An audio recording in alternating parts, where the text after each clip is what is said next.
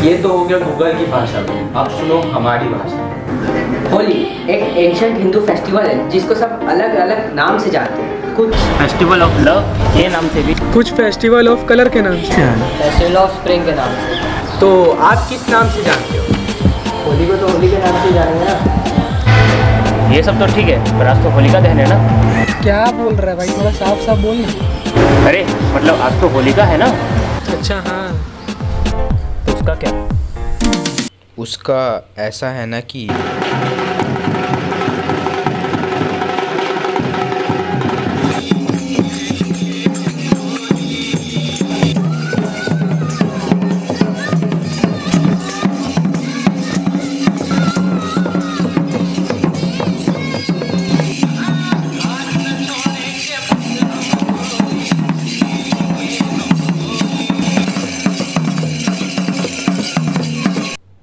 होलिका दहन, जिसको आप होलिका के नाम से भी जानते हैं, ये बुराई पे जीत का प्रतीक है।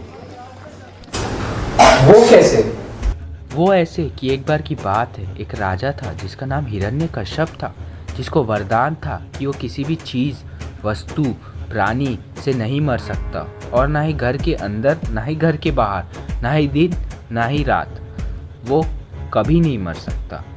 तो उसका एक बेटा था जिसका नाम था प्रहलाद, जो लॉर्ड विष्णु का बहुत बड़ा भक्त था, और ये चीज़ हमारे राजा को बिल्कुल पसंद नहीं थी। तो उसने बहुत सी कोशिश की अपने ही बेटे को मारने की।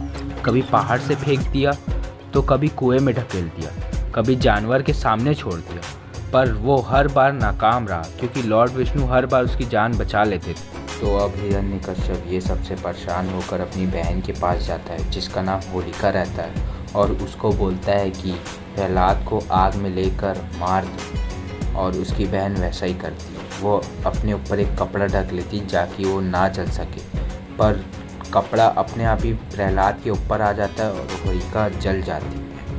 आखिर में लॉर्ड विष्णु नरसिम्हा का रूप लेकर आते हैं, जो आधा जानवर और आधा इंसान रहता है, और हमारे राजा हिरण्यकश्यप को मार देते हैं आधे दिन में, क्योंकि वो सुबह भी नहीं मर सकता, रात को भी नहीं मर सकता। तो यही कहानी रहती है, और इसी की खुशी में हम बनाते हैं होलिका, जो बुराई पे जीत का प्रतीक है।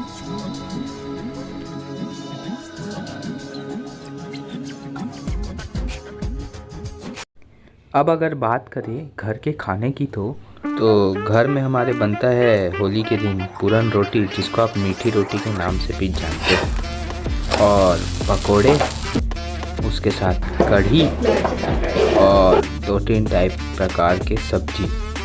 तो ये बनता है हमारे घर।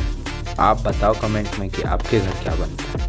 अब बात करें होलिका की, तो घर में छोटी सी होलिका जलाई जाती है और पूजा की जाती है।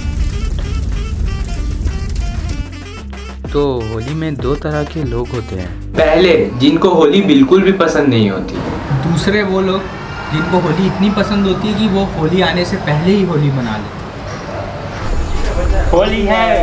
अब जानते हैं जिनको होली बिल्कुल भी पसंद नहीं, वो क्या बोलता है। होली पसंद क्यों नहीं है मेरे को?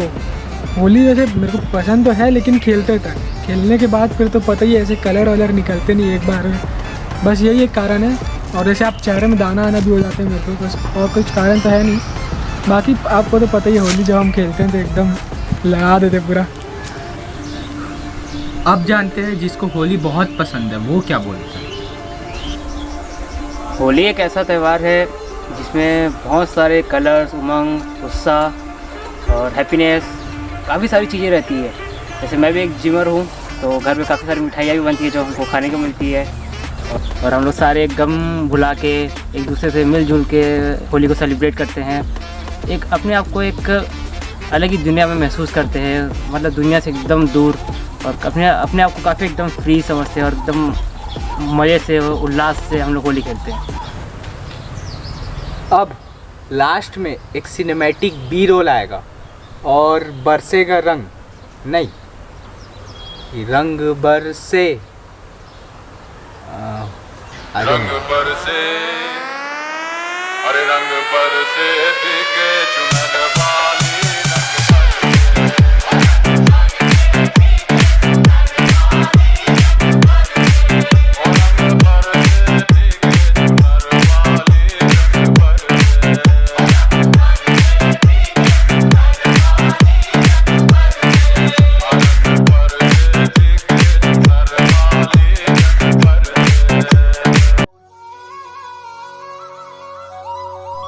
तो आखिर में आप सभी को मेरी तरफ से हैप्पी होली।